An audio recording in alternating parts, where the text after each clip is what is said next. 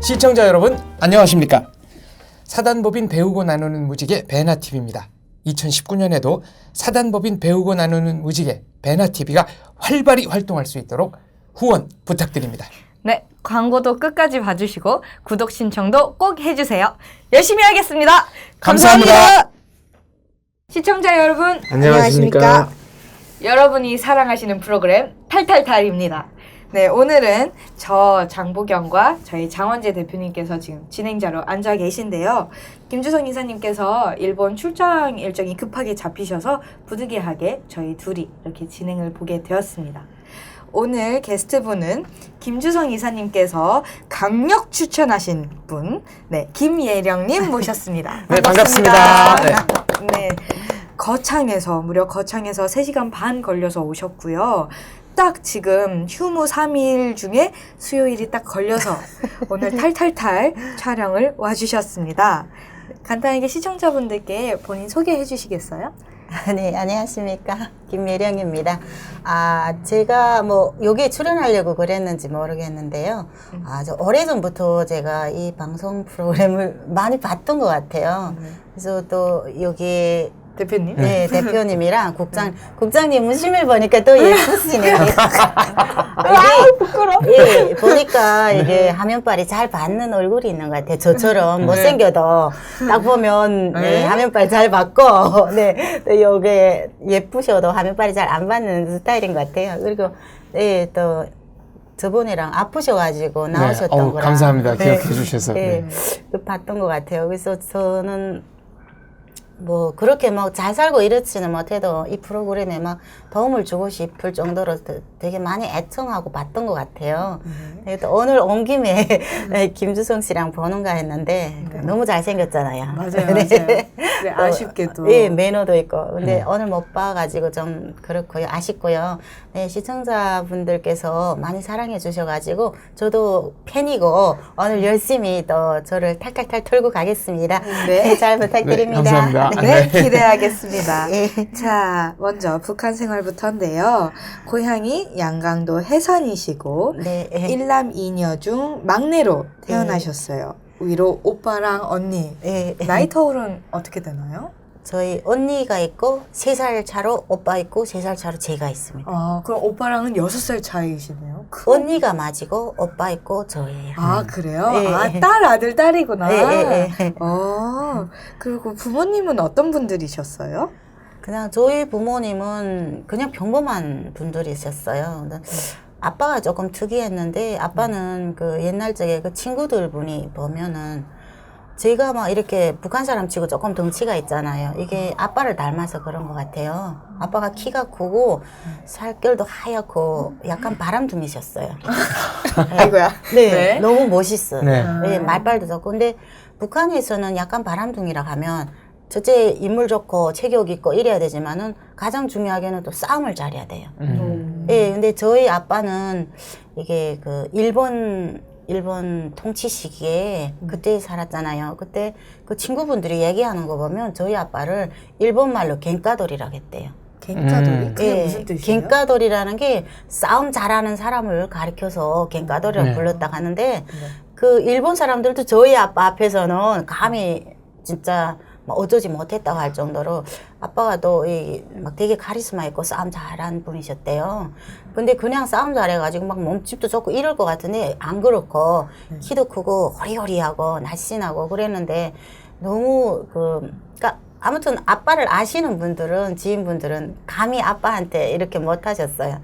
그리고 저희 엄마는 약간 좀 쉽게 보면 좀 드셌어요. 네, 그래가지고 그렇게 큰 간부는 아니셨어도 인민반장을 오랫동안 하셨고 북한에서는 인민반장이라고 하면 그 작은 권력이잖아요. 그래도 네, 그런 걸 오랫동안 하실 정도로 그래도 좀 사람들한테 리더십도 있었고 좀 그런 분이셨고 그렇게 특별하게 북한에서 이제 보면은 좀 뭐라 그럴까? 잘 나갔던 그런 집안 자녀들이 많이 오지만 저는 그냥 일반 이런 가정 환경 속에서 자라서 살아왔던 것 같아요. 강한 아버지와 드시는 강한 어머니. 어머니인데 이제 그 말아놓고 네. 보니까 그러네. 예, 맞습니다. 그 밑에서 어린 시절은 어떠셨어요? 저희 어렸을 때는 오빠랑 언니랑은 좀 드셨어요. 오빠는 또 그 지역에서 싸움꾼으로 전설의 주목이라고. 예. 네. 저희 부전자전으로. 그랬던 것 같아요. 저희 오빠는 또 아빠 닮아가지고 또 그것도 바람둥이였는데 진짜 그 우리 지역에서 예쁜 친구들은 여자들은 거의 다 우리 오빠를 모르는 사람이 없을 정도였어요. 그 정도요? 예, 네. 그렇게 우리 오빠가 좀 인기가 짱이었어요. 근데 주목도 좀 너무 해가지고 정말 인기 짱이었는데 오빠가 좀 일찍 돌아가셨고, 네, 그다음 언니도 좀 그랬었는데 저는 어린 시절에 많이 아프고 지금 보면 누구도 믿지 않겠지만 되게 좀 여리고 사람들 앞에서 나서서 말도 좀 잘 못할 정도로 그렇게 저 또 혈액형이 A형이에요. 네. 네, 그렇게 내가 막 그렇게 자랐던 것 같아요. 그 형제 3명 중에서 보면 제가 이 두 형제보다는 되게 막 여리고 약하고. 예, 그랬었어요. 막내라고 이렇게 막 아버지께서 많이 귀여움 받거나 했어요. 그랬을 것 예, 같아요. 했어요. 그 아빠가 형제 3명 중에서 유일하게 저를 사랑해 주셨어요. 근데 아빠가 그 이런 잔치집이라던가 이런 데 다녀오시면 주머니에 귤 같은 게 좀 그립잖아요. 귀한데 그런 걸 주머니에 넣고 오셨다가 슬그머니 저한테만 주시고. 네, 그리고 오빠하고 언니가 좀 애를 많이 먹였어요. 아빠 엄마가 하지 말란 짓 많이 하고. 저는 그 대신 범생이었다면 뭐 언니나 오빠를 엄청 때렸어요, 아버지가. 네. 근데 저는 한 매도 안 맞고 자랐어요. 그 정도로 아빠랑 엄마랑 저를 너무 막 귀하게 이렇게 여겼던 것 같아요. 역시 막내 사랑은. 예. 자, 아까 방금 범생이라고 하셨는데 네. 여기 지금 학창 시절 기억나는 일을 보고 제가 좀 웃었어요. 예. 학창 시절 우리 반은 망나니 학급이었다. 네. 그런 학급을 모범 학급으로 만드는데 내가 많은 부분을 담당하는 학급 반장으로 활동하였다. 망나니 학급이었다고요? 그러니까 북한에서는 여기서 깡패학급이라고 해야 되나? 근데 오, 예. 네. 근데 망나니 북한에서는 망나니 이렇게 표현하거든요. 네. 근데 저희 학급이 어떤 학급이었냐면 우리 지역에서 거의 유지들이라고 해야 되는 간부들 자녀들이 거의 다 우리 학급에 들어왔었어요. 근데 제가 학급 반장으로 이렇게 임명이 될 때는 뭐 여기 대한민국에서는 학생들이 반장이라던가 간부 선출을 할 때 다 투표의 방법을 하잖아요. 선거하죠. 선거하잖아요. 네. 근데 북한도 선거가 있어요. 네. 있지만은 선생님이 이렇게 지정을 하는 거예요. 이 아이를 학급 반장으로 하는데 찬성하는 친구들은 손을 드세요 하면 무조건 찬성해요. 반대하는 게 아무도 없어요. 네, 그러니까 선생님이 이렇게 권력을 행사해서 하는데 저는 뭐 제가 말했잖아요. 어렸을 때 많이 소심하고 이렇게 나서기도 싫어하는데 나를 왜 반장으로 선출했냐면 저희 오빠 언니가 다 학급 반장으로 졸업했어요. 학교를. 네네. 예, 그러다 보니까 학교에 딱 입학하니까 쟤는 누구의 동생이야 이렇게 딱 된 거예요. 그래가지고 쟤도 분명히 잘할 거다 이렇게 됐는데 학급 반장이라고 시켜놓으니까 진짜 제 이 내면에 뭐가 있었던 것 같아요. 진짜 잘하더라고요. 아, 리더십도 예. 나오고 예. 통솔력도 나오고 예, 그랬군요. 오빠 언니보다 더 잘한다는 어. 칭찬을 마지막에는 정당에 받았는데 그땐 처음에는 뭐 몰라가지고 일단은 반장이라고 맡았는데 그때 뭐 애들 통제도 잘 못하고 막 이랬지만은 점차적으로 가면서 이렇게 됐는데 학급 반장이라는 게 사람이 권력을 지어 놓으면 작은 권력이라고 해야 되잖아요. 반장이라는 것도. 근데 학급 반장에 대해서 제가 또 특별하게도 얘기하고 싶은 거는 왜 그러냐면 그 지금은 모르겠어요. 북한이 어쩐지 모르겠는데 그때 당시만 해도 그 학급 반장이라는 이 위치가 되게 중요했어요. 왜냐면 여기 선생님들은 인터넷이 다 있어가지고 막 그 학교에서 그 학생들 가르치는 뭐 강의안이라던가 학생들 명단 같은 것도 다 인터넷으로 작성하고 이렇게 쉽게 하잖아요. 그런데 북한에서는 모든 것을 선생님이 수기로 다 해야 돼요. 거기에다 검열이 계속 내려와가지고 분기별로 그 작성을 제대로 안 하면 또 선생님들이 또 왜 두들겨 맞고 이렇게 하니까 그 작성을 엄청 깐깐히 잘 해야 되거든요. 그런 게 있지. 그다음 학생들 통솔해야 되지. 이 두 가지를 다 하려면 선생님들이 너무 힘드니까 자기를 대신할 수 있는 그런 학생을 학급 반장으로 하는 거죠. 그렇게 해야지만 학급을 잘 유지가 되고 이거 꾸려나갈 수 있으니까 자기 정말 저 문신이라고 할 수 있는 그런 학생을 학급반장으로 세우는 거죠. 그러다 보니까 선생님이 이제 지시를 받고 청소부터 시작해서 학교의 모든 일정을 학급반장이 지휘하에 해야 되는 거죠. 그렇게 작은 권력을 제가 가지게 된 거예요. 근데 그 하면서 보면은 저 친구들이라던가 뭐 수업 시간에 막 말을 안 듣는 애들 그런 걸 딱딱 골라가면서 체크해가지고 화장실 청소 같은 건 진짜 더럽거든요. 북한에서는 수시식이다 보니까 냄새나고 더럽고 한데 그런 건 좀 애매긴 애들 그런 쪽으로 시키고 제 친구들이라던가 네, 그런 친구들은 좀 쉬운 일 시키고. 쉬운 일 시키고 예, 그런 식으로 이렇게 분리를 딱딱 하고 이래가지고 애들이 선생님보다 저를 더 무서워했어요. 예, 거기는 물론 여기 대한민국에서는 상상도 할 수 없을 정도로 이 말빨도 좀 좋아야 되고 또 폭력도 있어야 되고 그런 게 다 받침이 되고 리더십도 있어야 되는 그걸 제가 다 갖췄었거든요. 제 자랑 너무 하는데 아니 괜찮아요. 예, 저 자랑해도 거짓말이 아닌 게 좀 전에도 저희 친구 집에서 학급 친구 집에서 자고 왔는데 걔네가 어저께도 저랑 얘기하면서 너 정말 대단했다고 학교 때는 정말 성질 다 죽었다 이렇게 하는데 네. 근데 여기서는 또 그런 성질을 하던 게 필요가 없더라고요. 예, 대한민국에 오니까 그냥 뭐 이렇게 살아도 누가 나한테 어쩌는 사람 네. 없으니까. 그러나 그때는 제가 또 임무상 예, 그 직책상 당시에. 예, 그렇게 했던 것 같아요. 그래서 저게 망나니 학급이라 했는데 얘네가 우리 학급이 좀 애들이 좀 유별나다 보니까 그 아빠들 등을 믿고 백을 믿고 애들이 너무 막 이렇게 말도 안 듣고 이렇게 하니까 저희 학급을 맡겠다는 선생님이 없는 거예요. 야, 선생님이 선생님이 예, 막 힘들어할 정도로. 예, 기절을 하는 거예요. 네. 저희 학급 막 들어왔다가는 며칠 못 견뎌가지고 선생님들이 다 기권하고 나갔어요. 어떤 식으로 힘들게 했길래요? 선생님이 얘기할 때는 기본적으로는 조용히 있어야 되잖아요. 조용히 안 있어요. 진짜 있잖아요. 떠들고. 수업 태도부터 예. 딴짓하고. 예, 딴짓하고 막 누워 자고 막 있잖아요. 그리고 수업 시간에 막 화장실도 선생님 승인도 없이 막 그냥 막, 다니고 막 정신 없었어요. 막 그랬는데 나는 내 권한 안에서만 애들 통제하지. 선생님이 일단 들어오면 난 통제 안 해요. 왜냐면 그건 선생님이 관할해야 되잖아요.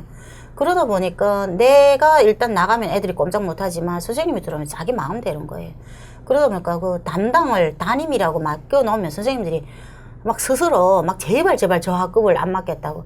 그러니까 저희가 어떤 입장이었냐면 저희 학급이 그 부모 없는 고아 신세가 돼버린 거예요. 선생님들이 막 몇 개월에 한 번씩 계속 바뀌고 하니까 애들이 학교에 정을 안 붙이고 막 이렇게 하다 보니까 점점 학급이 지금 딴 방향으로 흘러가는 거예요. 예, 그래서 저희 학급을 그냥 일명 망나니 학급이라고 부른 거죠.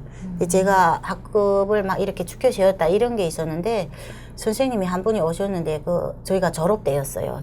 저는 초등학교 때부터 중학교 10년간을 학급 반장을 하면서 예, 쭉 갔잖아요. 근데 저희 학급을 유일하게 통솔할 수 있는 게 저잖아요. 그리고 저한테 얼마나 권력을 주면 저는 또 그만큼 행사할 수 있는데 그걸 선생님들이 나한테 주지도 않았고 나는 그냥 친구들하고 뭉쳐서 그냥 그렇게 그냥 마구잡이로 살았죠. 그랬는데 중학교 4학년 때 돼가지고 선생님이 새로 부임을 해왔는데 이 선생님도 진짜 얼떨결에 저희 학급을 맡았어요. 그래서 저희도 뭐 저 선생님 뭐 기껏 해봤자 뭐 몇 달? 보름 잘 버텨야 보름이다 막 이러면서 선생님을 막 놀려대고 막 그랬어요. 제가 앞장에 서가지고 왜냐하면 화가 나는 거죠. 우리를 막 이렇게 계속 선생님 예, 맡아 안 주고 책임을 안 지려고 하고 하니까 저희도 막 화가 나는 거예요. 뭐네 뭐 몇 달 있으면 갈 거야 막 이러면서 선생님을 진짜 막대했던 것 같아요. 제가 막 진짜 앞장에 서가지고 그랬었는데 이 선생님이 예, 보통 내기가 아니셨어요. 선생님이 내가 너희 학급을 진짜 해볼 거야. 이 선생님은 그 사범대학을 졸업하고 실습 과정을 마치고 첫 학급이 우리 학급이었어요. 그래서 그 선생님과는 마지막까지 잘 가셨나요? 네, 그래서 이 선생님이 저한테 했던 거예요. 이 선생님이 어떻게 했냐면 저희 학급을 틀어주려고 하면 예령이를 틀어줘야 된다. 옆에서 그렇게 하신 거예요. 그러니까 이 선생님이 저한테 집중을 하셔가지고 공략을 하신 거예요. 우리 한번 잘해보자 하면서. 그래서 제가 그래서 선생님 몇 달 있으면 갈 거잖아요. 근데 왜 그런 식으로 하냐고 제가 막 이렇게 한 거예요. 선생님이 네가 그렇게 말하는 것 자체가 일반 애들하고 틀리다. 그러니까 우리 한번 잘해보자. 그래서 북한에서 보면은 3대 혁명 붉은 길의 학급이라는 게 있어요. 네, 뭐 3대명 붉은기가 아니고 이중 영예의 붉은기 학급 그런 쟁취 운동이라는 게 있는데 그걸 우리 목표로 하자. 그래서 무슨 1단계로는 영예의 붉은기 학급 쟁취하고 그 다음에 이중 영예의 붉은기까지 우리 학급이 갔었어요. 그게 중학교 6학년까지 그러니까 한 2년간에 걸쳐서 그걸 하느라니까 선생님하고 저하고 엄청 노력을 해가지고 그 학급을 끝내러 그까지 재왔던 것 같아요. 그래서 나중에 망나니 학급이 좋은 예. 학급으로 발전됐다는 거. 예. 자, 그 다음에 군악대로 넘어갈게요. 네. 자, 그렇게 학교를 졸업하시고 네. 평양 지하철 군악대에 입대를 하셨어요. 네. 300대 1의 경쟁률을 뚫으셨다고 했는데 예. 요 이야기 해주세요. 아, 제가 지금 키도 그때 지금만 했고 인물은 더 좋았겠죠. 지금 막 이게 나이가 이래가지고 그런데.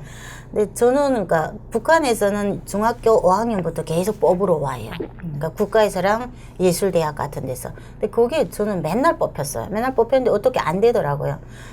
그래가지고 제가 예술대학에 갈 수 있었고 뭐 또 억가 같은 것도 갈 수 있었는데 제가 다 물리치고 나 군대 간다 이렇게 하고 군대 신체검사 봤어요. 그리고 봤는데 다른 애들은 백으로 다 벌써 좋은데 다 갔어요. 근데 제가 진짜 운이 좋으려고 그랬는지 모르겠는데 그때 9월 달에 구구절 행사라고 해가지고 저 북한이 창립된 지 50돌 행사가 있었어요. 근데 그러는 바람에 북한에서 그 평양 쪽에서 평양 지하철도에서 뽑으러 오시는 분들이 제 날짜에 오지 못한 거예요.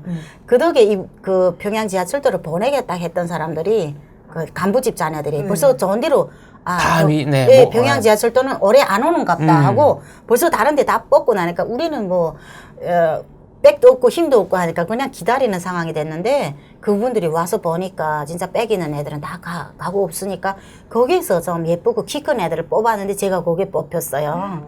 네, 그래서 평양 지하철도에 초모로 갔는데 초모생이 그 해에 그 다음에 13차 세계청년학생 축전이라는 거 한다고 거기서 진짜 처음으로 300명이라는 여자 신입들을 신병들을 초모를 한 거예요. 근데 그거는 지하철도 역사에 없다고 할 정도로 그렇게 많은 인원을 초모를 했는데 그 중에서 군악대 인원을 뽑는데 군악대가 인원이 딱 정해져서 나온 거예요. 몇 명이라고.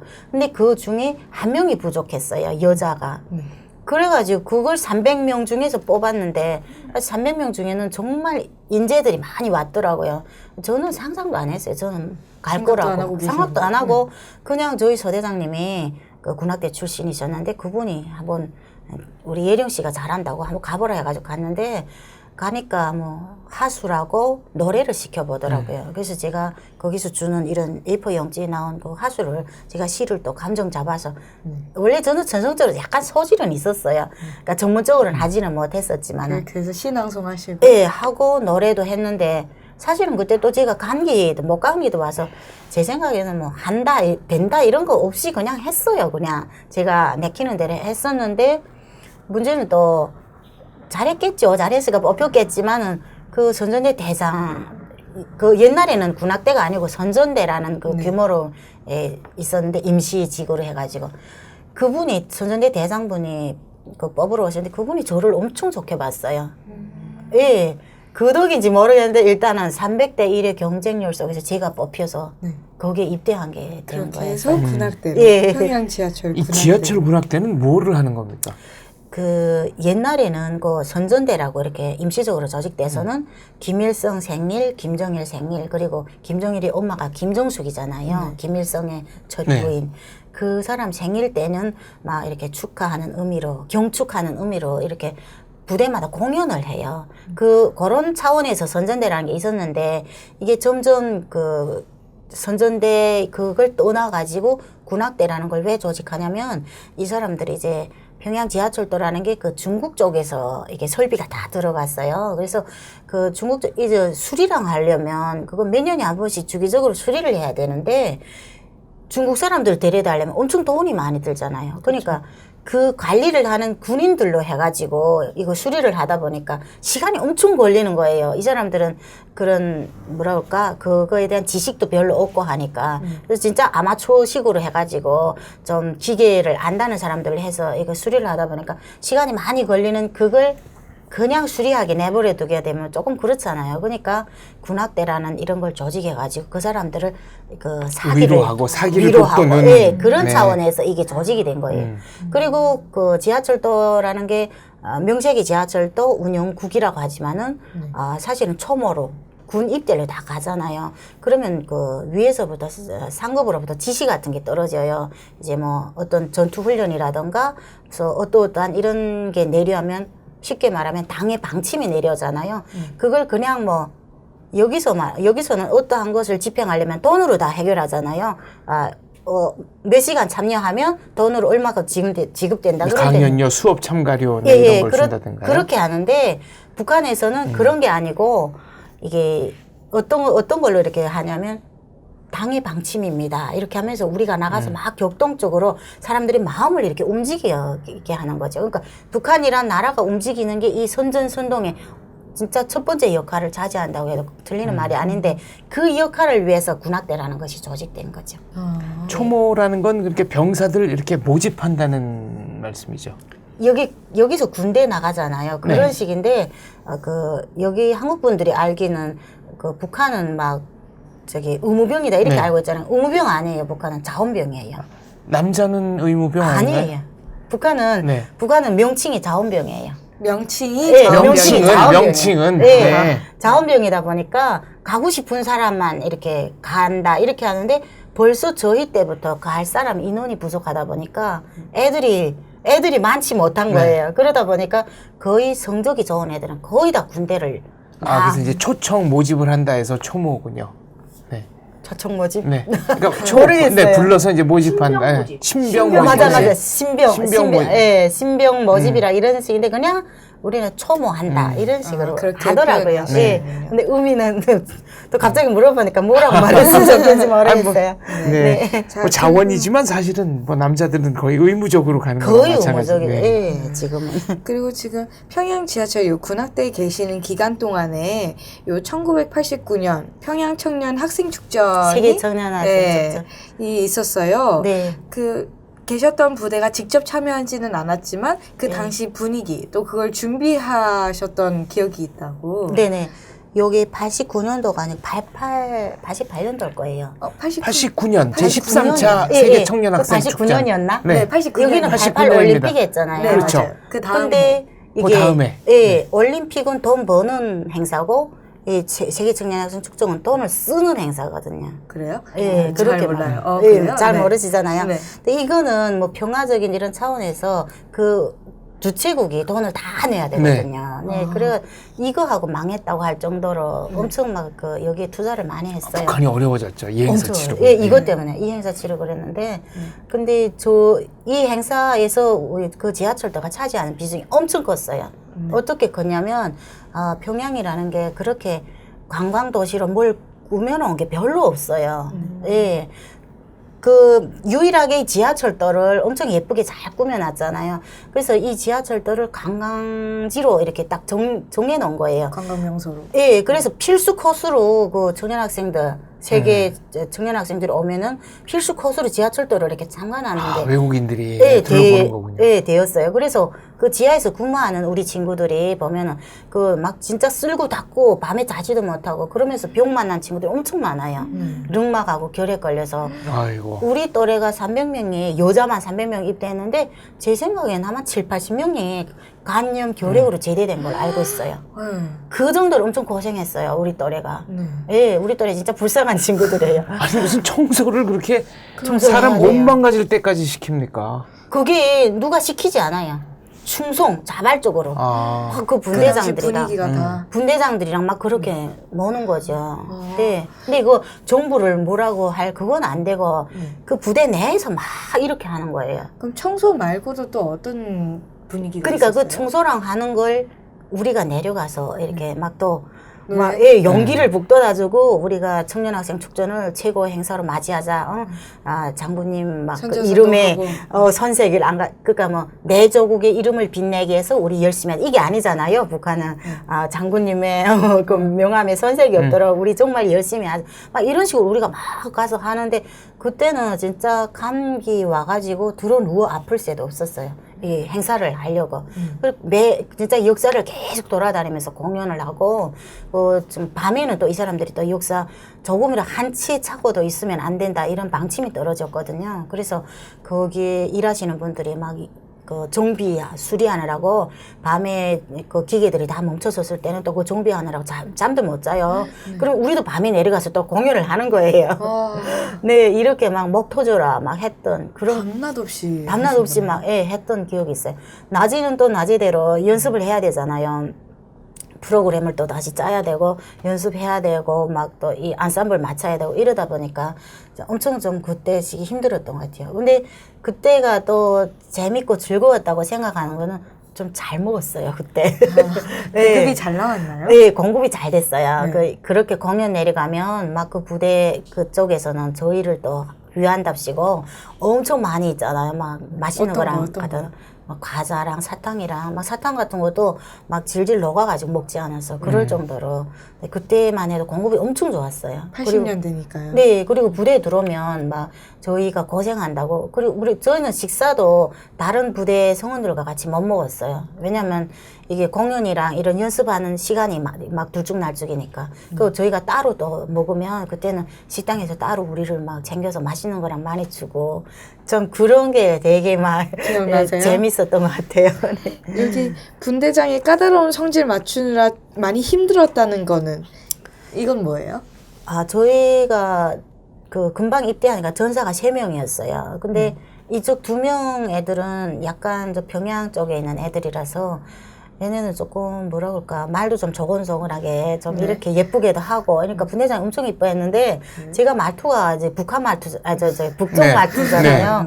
그러니까 북쪽 말투라고 원래 말투에서부터 약간 미움을 받았는데다가 그 얘네는 백으로 다 들어온 애들이고 저는 백 없이 그냥 제 실력이라 하기는 조금 그렇긴 했지만 그 대장님이 이렇게 해가지고 제가 들어갔잖아요. 그러니까 백도 없고 그냥 뭐 그래봤자 대장님이 아 이제 예령이는 잘해 막 이런 식으로 열심히 해. 저는 약간 좀 열심히 하는 그런 스타일이니까 그런 정도 가지고는 안 되는 거죠. 그러니까 분대장이 엄청 막 진짜 까탈스럽거든요. 이쪽 2명 애들은 너무 까탈스러우니까 그 전사 2명 우리 전사 3명이었는데 이쪽 전사 2명은 그 괘씸죄를 막 부모님한테 얘기한 거예요. 분대장이 너무 못되게 난다고. 어떻게 못되게 나냐면 저희는 그 병실도 따로 있었어요. 우리 여자들 군악대 병실은 그 군악 그 운영국 청사에 가면 그 쯤에 회관이 있어요. 회관이 있는데 그 3층에 우리 여자들 병실이 따로 있거든요. 그러니까 분대장이 진짜 뭐 누구 정말 권한을 온통 자기 권한을 다 행사를 하는 거예요. 우리한테 막 진짜 기합이죠. 여기 한국식으로 하면. 밤에 재우지도 않고 막 그렇게 막 구두 닦게 하고 막 이렇게 막 청소하게 하고 청소도 별로 안 해도 되는 걸 막 청소시키는 거예요. 막 이렇게 하고 하는데 그런 거 시키는 거는 할 수 있는데 뭐가 제일 이렇게 힘들었냐면 청소하고 나서 이렇게 걸레 같은 거 이렇게 짜놓잖아요. 짜놓는데 걸레도 그냥 짜놓으면 안 돼요. 걸레 짜서 이렇게 그 걸레를 짝짝 손으로 이렇게 훑어가지고 아주 매끈하게 해서 걸어놔야 되는 거예요. 근데 저희는 아직 집에서도 청소해 본 적이 없고, 근데 그런 걸 아무 생각 없이 걸레 걸어놨어요. 걸어놓으면 야 걸레 이렇게 걸지 마. 다음에는 이렇게 하면 되는데 알려주면 되는데 그렇게 안 하고 그것 때문에 한 3, 40분을 서서 머리를 숙이고 영어도 모아야 되는 거예요. 너는 왜 그런 식이야? 여자가 어떻게 그럴 수가 있어? 막 근데 그게 너무 싫었던 것 같아요. 그렇게 하다 보니까 얘네 부모님들한테 그게 막 얘네가 가서 말한 거예요. 그 분대장이 너무 못되게 난다. 그러니까 얘네한테는 그렇게까지 못하고 또 만만한 나한테 막 이렇게 해가지고 진짜 싫었던 것 같아요. 분대장이. 힘드셨겠네요. 네. 화풀이를 당하신 거네. 네, 이쪽 애들 둘한테 못한 걸 다 내가 있잖아요. 감당했던 것 같아요. 근데 그런 걸 해가지고 제가 학교 때는 학급반장이라 합시고 막 이렇게 힘주고 다녔는데 거기서 성질이 많이 죽은 것 같아요. 네. 그러면서 네, 참지 않으면 안 되니까. 네. 자, 그렇게 군 생활을 6년간 복무를 하셨어요. 네. 그리고 제대하셔서 제대되어 9개월도 안 돼서 결혼을 하셨어요? 결혼 몇 살에 하신 거예요? 제가 23살, 24살에 했어요. 되게 북한에서 그 정도면 결혼하고 그랬죠. 좀 늦은 나이였어요. 오히려요? 네. 세상에. 네, 북한에서 그때만 해도 네. 21세, 21 그때 21세 아가씨는 처녀는 네. 금값이고 네. 22살은 돈값이고 네. 23살은 철값이 똥값이라고 그랬어요. 아이고. 그러니까 24살은 완전 노처녀인 거예요. 저도 근데 완전 노처녀네요. 그러면. 북한식으로. 북한식으로는 그런데 근데 지금은 또 틀려요. 문화가 틀려가지고 그렇지. 일찍 가는 그런 게 아니에요. 근데 제가 9개월도 안 돼서 또 그 왜 이렇게 갔던 결혼 거는 일찍 하셨어요? 네, 그거는 왜 그랬냐면 이 사람이 그 서평양 경무부라고 있어요. 여길로 말하면 헌병대죠. 네. 헌병대 군관이었어요. 이 사람이. 그걸 있다가 술을 너무 많이 마셔가지고 네. 생활제대를 받게 된 거예요. 네, 그러면서 우리가 고향이 같은 지역이다 보니까 이 사람이 저를 찾아오게 됐는데 저는 그 사람이 술을 너무 좋아해가지고 싫더라고요. 그래서 좀 지켜보려고 했는데 지켜볼 수 없게 이렇게 빨리 결혼하지 않으면 안 된 게 이 집 엄마가 시어머니잖아요. 이 사람이 암에 유방암 걸렸는데 이게 재발을 해버린 거예요. 아, 이제 얼마 못 사신다. 네, 그러니까 그 사람이 맏아들이었는데 맏아들 결혼은 꼭 시키고 죽고 싶다고 이렇게 된 거예요. 그래서 제가 지금 서러운 게 북한에서 결혼식 하면 한복 입고 하는데 한복을 꼭 한 벌씩 받아요. 선물로 시집 쪽에서. 저는 한복도 못 받았어요. 그럼 결혼할 땐 뭐 입고 네, 하셨어요? 그 친척집 옷을 빌려 입고 그쪽 측에. 그러니까 내가 한복을 입었던 걸 도로 가져가시더라고요. 많이 아쉬우셨겠어요. 네, 근데 저는 철이 없으니까 별로 아쉽고 이런 걸 몰랐는데 저희 엄마가 돌아가실 때까지 그 말을 외우셨어요. 너무 서운해가지고. 결혼식 때 그렇게 한복 네. 못한 게. 네, 근데 북한에서는 그게 한복을 필수로 이렇게 받는 걸로 알고 있는데 제가 못 받았거든요. 그래가지고 지금도 막 그게 엄마 그 한을 막 못 부려드렸다는 그런 게 조금 그 가슴 아프게 남아있는 것 같아요. 이게 지금 90년대 초반이잖아요. 결혼하신 게. 네. 당시 그 북한의 결혼식 분위기도 궁금해요. 결혼식, 북한에서는 저희 쪽에서 먼저 결혼식을 해요. 네. 집에서 하잖아요. 여자 집에서. 네. 네. 근데 그때는 90년대 초반에는 진짜로 저도 깜짝 놀랐어요. 그 평양에서 결혼식에 동영상을 하나 왔었는데 그쪽은 완전 막 여기 한국 비슷하게 하더라고요. 근데 김혜령님 계셨던 지역은? 저희 지역은 그냥 다 어떻게 하냐면 집에서 하는데 그 제가 여기 와서 보니까 제사상 차리잖아요. 네. 제사 음식을 막 사과랑 이렇게 높이 쌓고 막 이렇게 하잖아요. 그걸 얼만큼 많이 쌓는가, 얼마나 좀 희귀한 이런 음식들을 많이 쌓아놓는가, 그거에 따라 결혼식 잘했어 이렇게 표현을 하는 거예요. 아, 네네. 예, 그러니까 우리가 일반적으로 보지도 듣지도 못하고 정말 귀하게 이런 음식들을 많이 쌓아놓고 그 제사 음식처럼 예, 그렇게 막 쌓아놓는 거예요. 그리고 신랑 신부가 가가지고 한복을 입고 그 상을 받고 사진을 찍고 그다음에 온 집 식구들이 지인분들이랑 와서 축하해주고 그리고 그 상을 허물면서 또 그 지인분들이 가지 않고 거기서 같이 그 음식이랑 나눠 드시면서 거기서 노래하고 춤추고 축하해주고 이런 분위기였어요. 뭐가 가장 기억에 남으세요? 본인 결혼식에서? 아빠가 많이 울었어요. 이건 남북이 똑같군요. 막내 따님 결혼한다고. 네, 그래 결혼하고 제가 인사하고 전에 저희 신랑이랑 인사하고 이제 시집 쪽으로 또 다시 가서 또 다시 상을 받아요. 네. 그런데 아빠 엄마한테 인사를 하는 그 상황이 돼버렸는데 아빠가 완전 통곡을 하시는 거예요. 당연하죠. 네. 근데 그게 또 외삼촌이 같이 있잖아요. 너 어떻게 이렇게 어린 게 가서 네. 보통 보면 사회적으로 제가 24살 어리지 않은데 네. 그 외삼촌인데 제가 어려 보인 거예요. 막 애기 같은 게 가서 어떻게 시집살이 하려고 그러냐고. 네. 야, 외삼촌도. 이렇게 보내는 게 아닌데 하면서 두 분이 막 부담고 울던 그 생각이. 어머나. 근데 전 눈물이 나는 걸 화장이 지워질까봐 네. 철이 없었죠. 참으셨어요? 네, 같이 울었어야 그 분위기가 맞는데 울지 않고 참고 화장이 지워질까봐 그렇게 했던 생각이 아버지 나요. 입장에서 많이 아쉬울 것 같은 게 네. 군대를 6년간 복무하셨으면 네. 그동안 못 봤잖아요. 네. 그리고 지금 제대한 지 9개월 만에 결혼하시는 오자마자죠, 거니까. 이러면은. 네. 네. 집에 오자마자 시집 가신 거예요. 네. 너무 아쉬우셨을 것 같아요. 네. 그렇게 해서 결혼을 네. 하셨어요. 그 다음에는 어떤 일 하셨어요? 제가 결혼하고 나니까 이렇게 그쪽에서 제가 여자 제대 군인이잖아요. 그러면 여자 제대 군인은 그 사회적으로 좀 이런 직급 같은 걸 많이 써요. 네. 그래서 제가 요맹위원장이 됐어요. 그 지역에서. 그러니까 이것도 해산.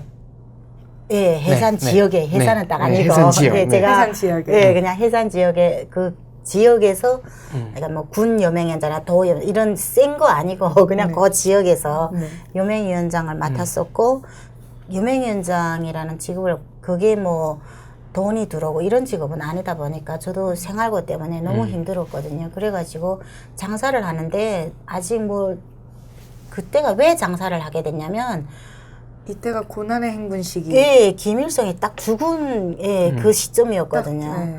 그러니까 저희 신랑이랑 나랑은 뭐 국가에서 다 주는 정말 서울까지 다 공급이 되는 군 생활을 하다 제대되니까 너무 막 암담한 거예요. 막막하셨겠네요. 예. 그리고 양쪽 집안에서 저희를 이렇게 버텨줄 만한 상황도 안 되고 하니까 그래서 한쪽으로는 농사 지으러 다니고 한쪽으로는 또 장사를 하게 됐어요. 그래서 떡장사하고 술장사도 하고 진짜 남들이 하는 건 나름 다 해보려고 했어요. 근데 보니까 좀 그래도 잘 하는 사람들은 막 산에 가서 약초캐다가 그거 중국 쪽에겠다 팔고 이런 사람들이 그래도 좀 낫더라고요. 근데 제가 그런 걸 잘 못하거든요. 산에 가 약초 캐고 막 이삭 줍고 막 이런 걸 잘 힘쓰는 일을 잘 못하거든요. 그러다 보니까 이 장사라고 떡장사하고 술장사하고 해봐야 진짜 하루 이틀 벌이밖에 안 되더라고요. 그렇게 고생하다가 제가 큰애를 낳게 된 거죠. 네, 아들을 낳았는데 출생을 했는데 진짜 그 애가 좀 불쌍하게 태어났어요. 그래가지고 태어나서 왜 불쌍하게 태어났다고 말씀하세요? 제일 어려운 시기에 태어났어요. 고난의 행군 한참. 예, 어려운 금방 그 시작 와중에 때. 태어난 거군요. 그리고 또 제가 또 철없잖아요. 둘 다 네. 철없고 막 그 어린 아빠 엄마 속에서 애가 태어났잖아요. 그래서 막 이렇게 키우던 와중에 제가 애 낳고 나서 장사를 한다고 또 이렇게 다니셔야 애만 됐으니까. 벌 수 있는 상황이 안 됐잖아요. 그래서 제가 떡장사니 술장사니 해보니까 안 되니까 제가 그 구리장사 한다고 정진 쪽에 나가게 됐어요. 애를 엄마한테 맡기고. 그 첫- 친정어머니께. 예. 네. 그 시어머니가 그때 금방 돌아가신다 했는데 안 돌아가셨어요. 예, 또 약을 써가지고 괜찮아지셨지만은 아프니까. 아직 아픈 상태고. 한쪽 팔을 못 쓰셨어요. 이쪽 왼쪽 위소남이라서 떼어냈는데 이쪽 팔이 완전 절구통처럼 부어 있었어요. 림파선이 막혔다는 제 가지고. 그러니까 왼쪽 손은 아주 쓸 수도 없는 상황이니까 엄마한테 맡겼는데 맡기고 제가 이렇게 갔는데 그 구리장사 처음에 갔을 때 정말 웃기는 게 그 정진 쪽에 갔는데 정진에 저희는 시집 쪽에 좀 잘 사는 집이 하나 있었어요. 그래서 그 집에 가 있다 보니까 저는 먹는 거랑 그냥 가서 얻어 먹고 그 구리를 가져오면 되는 상황이었는데 저랑 같이 간 애들이 있어요. 동네 애들.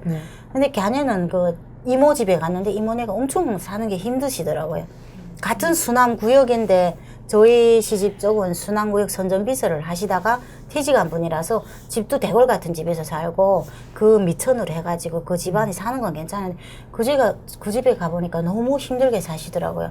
그래서 얘네가 정말 여윳돈 가지고 간 걸로 그 집 식구들 같이 매기 살리면서 그러면서 그 물건을 이렇게 준비하더라고요. 그래가지고 준비해가지고 우리 3명이었는데 3명이 지금 오는 중이었는데 우리가 차에 다른 애들은 이쪽 2명은 그 구리를 몸에다 이렇게 찼어요. 왜냐면 단속이 심하니까. 그렇죠. 이렇게 스타킹으로 해가지고 몸에 이렇게 찬다면서요. 그래가지고 찼는데 저는 차 보니까 막 숨이 차고 제가 조금 생활력이 없어요.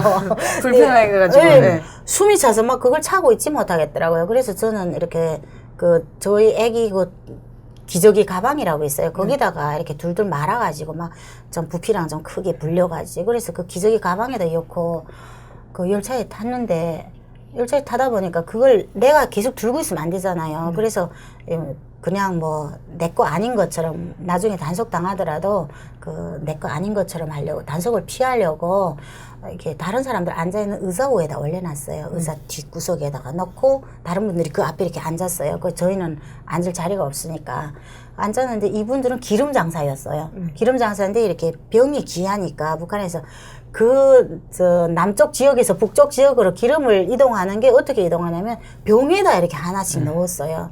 그런 걸 넣어가지고 이 사람들이 하는데 기가 막힌 게 그 의자가 이렇게 변변치 못하니까 오다가 이게 부딪혀요. 의자가 이렇게 툭 가라앉았어요. 네. 그러니까 그 기름은 밑에 있고 제 물건은 위에 있던 게 이게 쭉 미끄러져 내려와서 그 병을 탁 쳐버린 거예요. 우리들은 그 가방이 그래가지고 그 아줌마 기름이 완전 한 5병 정도 이렇게 다 박살나고 그 기름이 콩기름이 얼마나 귀한지 네. 몰라요. 네. 북한에서는 비싸고. 네. 근데 그게 박살나 버린 거예요. 그 아줌마가 악을 쓰기 시작하는데 저는 막 말도 못하고 얼굴이 하얗게 질려가지고 거기 서 있는 상황이 돼버렸어요. 너무 급해가지고 가방을 이렇게 꼭 쥐고 어도 가도도 못하고 내가 가만 안 있는다. 어떻게 그때까지만 해도 구리 장사를 총살까지 했었어요. 위험한 장사잖아요. 그렇게 위험한 장사였어요. 그러니까 이 아줌마도 우리 실정은 알기는 알지만 해도 자기 그 물건이 그렇게 됐으니까 너무 열받은 거예요. 막 악을 쓰시더라고요. 근데 나는 말도 못하고 막 얼굴이 하얗게 질려서 죄송하다는 말도 못하겠더라고요. 그래가지고 가방만 쥐고 옆에서 아무 말도 못하고 이렇게 하고 있으니까 안 돼 보였는지 악을 한참 쓰시다 가만히 있더라고요. 그렇게 하면서 왔는데 저희 집 쪽으로 거의 들어오면은 이제 단속이 시작되는데 그 기차 빵통 양쪽으로 이렇게 가운데로 조여오죠. 네, 네. 저임에서 들어오는데 차가 다행히 가다가 이렇게 딱 그 어느 한 역에서 서게 됐어요. 그래서 그때만 해도 좀 단속이 그만하면 또 느슨하긴 했어요. 양쪽으로 조여오지만은 짐이 없는 사람은 단속을 별로 안 하거든요. 어쩔까 하면서 있는데 그 아줌마가 있잖아요. 기름 장사 아줌마가 빨리 밖으로 나가라. 내가 이 창문으로 이 짐을 내려보내줄게. 이렇게 하는 거예요. 그렇게 악쓰시더니 또 도움을 주셨네요. 미안했나 네.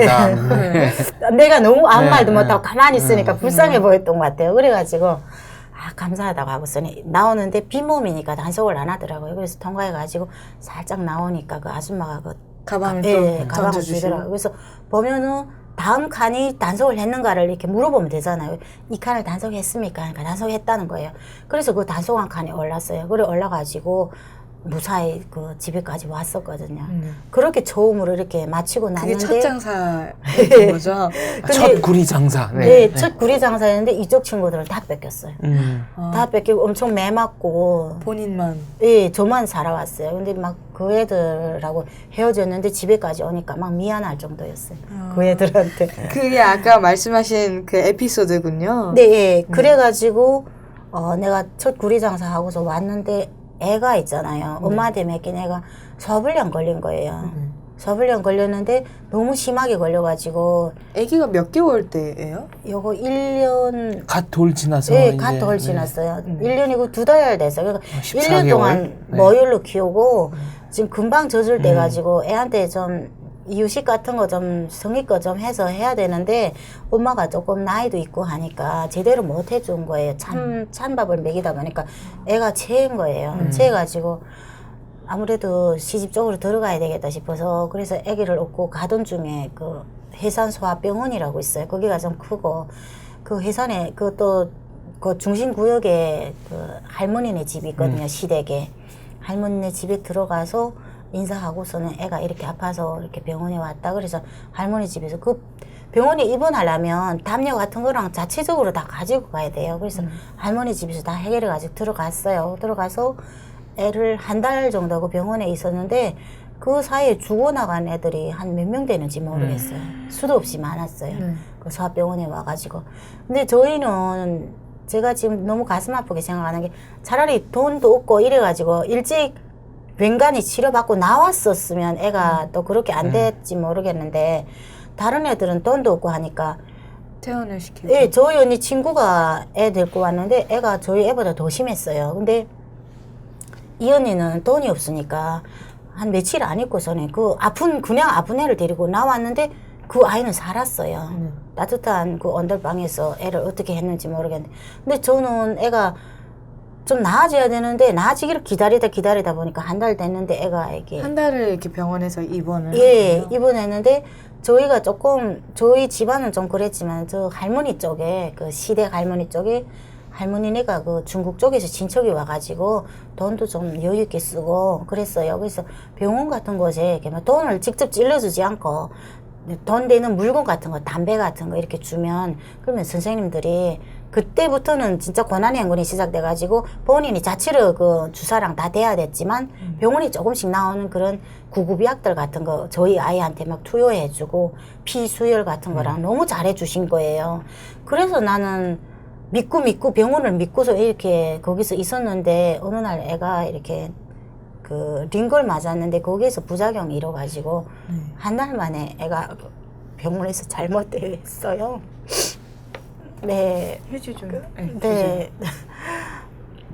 그 병원에서 애를 그렇게 하게 하고서는 그 애를 잃어버리고 막 시집 쪽에 들어가고 싶지 않더라고요. 그러니까 그게 좀 원망스러운 게 아, 이렇게 막 시댁에서랑 나를 조금 좀 애기가 한 3, 4세 이렇게 클 동안만 나를 좀 봐줬으면 내가 이렇게 이 아이를 제가 이 아이 소리를 잘 안 해요. 자꾸 눈물 나고 이렇게 하니까 근데 첫 아이고 또 아드님이셨고. 예, 근데 저는 막 저 같은 사람들이 너무 많잖아요. 그러니까 하고 싶더라고요, 그냥. 그래가지고 이렇게 하는데.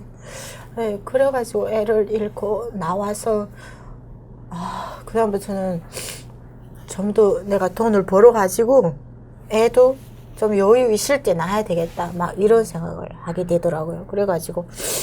그럼 이 아이 장례랑 이런 거는 다 치르셨어요? 예, 그거는 할머니가 해가지고 다 치러주고 저를 못 가게 하더라고요. 북한에서는 애가 먼저 죽으면 부모보다 먼저 죽으면 불효자식이라 해가지고 이게 그게 산소에 안 가는 그런 풍습이 있거든요. 그러니까 아이 산소에 부모가 안 가는. 예. 네. 더 힘드셨겠어요. 그러니까 어디다 묻었는지도 그것도 안 가르쳐 몰라요. 주시는 예. 거죠. 그리고 이렇게 아, 그건 알려주시지. 예, 장가간 자식이 죽으면 장가나 시집 장가간 자식이 죽으면 그런 거는 그나마 제사도 지내고 이러는데 어린아이는.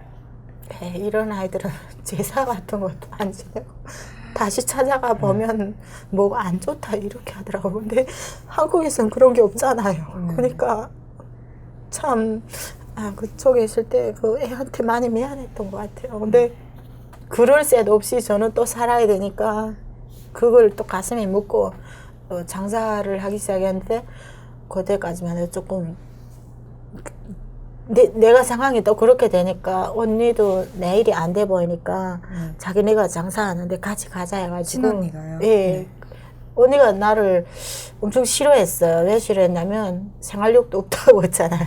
제가 생활력이 없죠. 근데 6살 차이였으니까. 예, 언니는 사회생활을 쭉 하신 분이고 저는 사회생활이란 거 못하고 제대돼가지고 아주 진짜 오길로 그냥 뭔가 해보려고 이렇게 다니는 꼬라지가 언니 눈에 너무 거슬렸어요. 그랬는데 애까지 그렇게 잃고 하니까 언니가 그럼 같이 다니자 해가지고 그래서 언니네 따라가지고 강원도 쪽 다녔는데 그쪽은 이게 구리 같은 걸 살려면 되게 싼 값에 살 수 있었어요. 그럼 그때도 구리 장사 하신 예, 거예요? 그때도 한 거예요. 네. 네. 물 좀 드세요. 네. 수원 좀 더 드릴게요. 네. 아, 애 소리 처음으로 했어요, 여기서. 잘 안 하고 싶지, 너무 자꾸 눈물 나가지고 안 하기 하는데. 어려운 이야기를 예. 해주셔서 감사해요. 이제 또 한창 북한이 가장 힘든 시기에 어떻게 보면 이 이야기 자체가 그 북한 실상을 가장 잘 나타내는 이야기인 것 같네요. 예.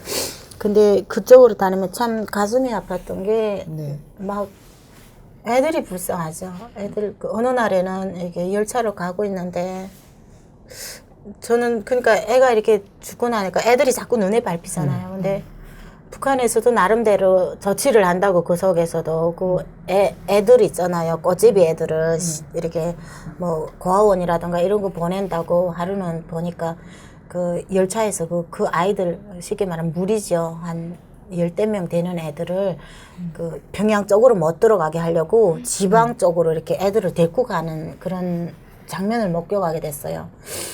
근데 그 기차라는 게 너무 사람이 많고 이러다 보니까 정상적으로 출입문으로 애들을 들여보낼 수가 없잖아요. 그 15명 좀 거의 되는 애들.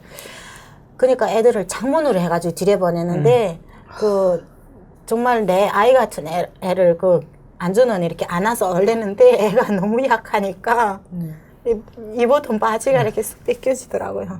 그거 보니까 또 우리 아이 생각도 나고 참 가슴 아프고 그리고 하여간 이렇게 그 강원도 쪽으로 이렇게 다니면 전 구간이잖아요. 그러니까 북한에서 끝에서 끝으로 이렇게 다니면서 보니까 그 한국은 또 돌멩이도 좀 구경하기가 힘들잖아요. 근데 북한은 거의 돌멩이라는 게 뭐 길바닥에 죽은 사람 시체가 뭐 길바닥에 돌멩이처럼 너부러져 있다가 고난행군 때 그랬다면서요. 예. 근데 지금 이 한국 사람들은 지금 제가 이런 학교 같은 데 강의랑 다니면 선생님들이 뭐라 하냐면 정말 그리 힘드냐고 이렇게 물어보세요.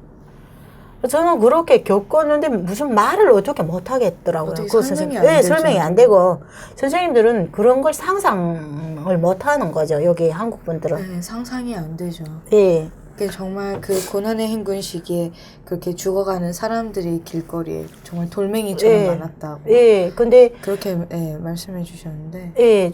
돌멩이처럼 있는데 그냥 앉아 있거나 누워 있잖아요. 네. 길에 보면 그런 사람들이 많은데 그냥 뭐 이렇게 정상적으로 이렇게 머리 들고 앉아 있는 사람 괜찮은데 머리 숙였거나 어디 기댔거나 이런 사람은 안 봤어요, 저는. 그건 그건 벌써, 죽은 사람이니까. 네. 예. 근데 너무 흔하니까 그게 정말 어쩌다가 있으면 안 됐네 이렇게 하는데 너무 흔하니까 당연한 것이 되어버렸죠. 무덤덤해. 네, 무덤덤하고. 네. 그리고 참 그 사람들이 불쌍한 게 짐승 취급도 못 받았어요. 짐승 같은 거는 개나 짐승이 죽으면 없어요, 벌써. 다 들어가고. 네. 그걸 먹으려고. 근데 이 사람들은 국가 자체가 그걸 어떻게 그 시신을 수습하는 그런 것도 안 돼 있었어요. 방치해놓는 그냥 방치는. 그러면 어떤 시체 같은 거, 시신 같은 거는 막 이게 막 시파리가 날려요. 여름 같은 때는. 그 빨리 처치를 안 해가지고. 그 처치를 해야 되는 사람들 자체가 사는 게 힘드니까 빨리빨리 그 하지도 못하고 이렇게 됐는데 한 번은 저희가 그 강원도 쪽에서 표 떼고 그 역전에 가서 기차표 떼고 오는 도중에 표 떼러 갈 때는 없었어요, 그 시체가. 오는데 길바닥에 딱 직선으로 이렇게 탁 이렇게 널브러진 네, 시신이 널브러진 있었군요. 시신인데 제 생각에 금방 죽었을 거잖아요. 한 몇 분 사이에 죽었는데 진짜 우리가 그 만화책에서 보면 해골 그리잖아요. 해골이라는 건 어때요? 막 이거 살이란 거 하나도 네, 없고 그냥 뼈만 남은, 뼈에다가 네. 그 가죽밖에잖아요. 죽은 지 몇 분 안 되는 사람이 그렇게 하고 누워 있는 거예요. 근데 손에 빵 조각이 들려져 있더라고요.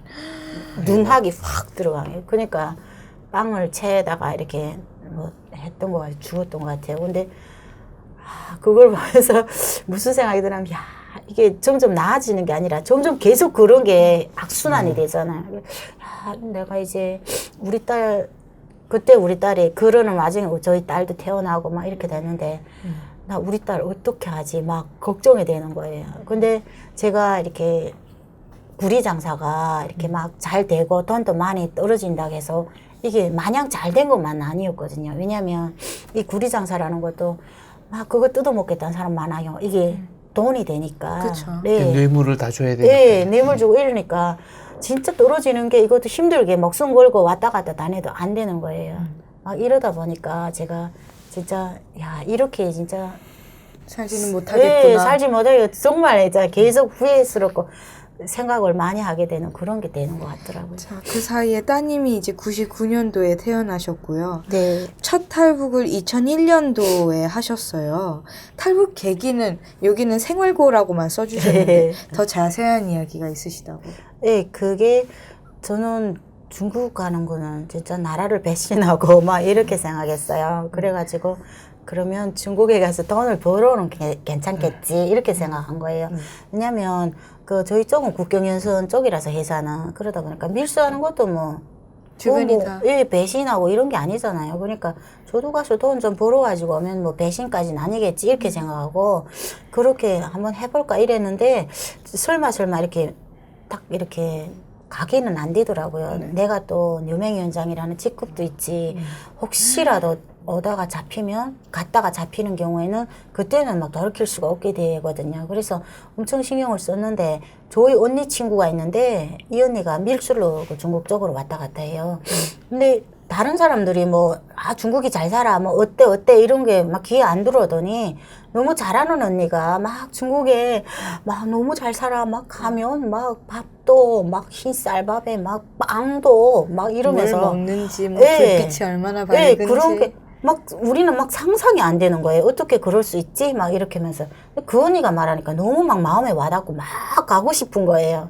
그래서 야, 나도 가서 좀 해주세요. 예, 가서 좀 뭐라도 좀, 돈 좀 벌어보자. 예, 벌어가지고 좀 번듯하게 좀 살아보자. 이 생각이 들더라고요. 그래서 탈북을 하게 됐던 것 그 같아요. 언니 얘기를 듣고 예, 이제 그- 돈을 벌기 위해서. 예.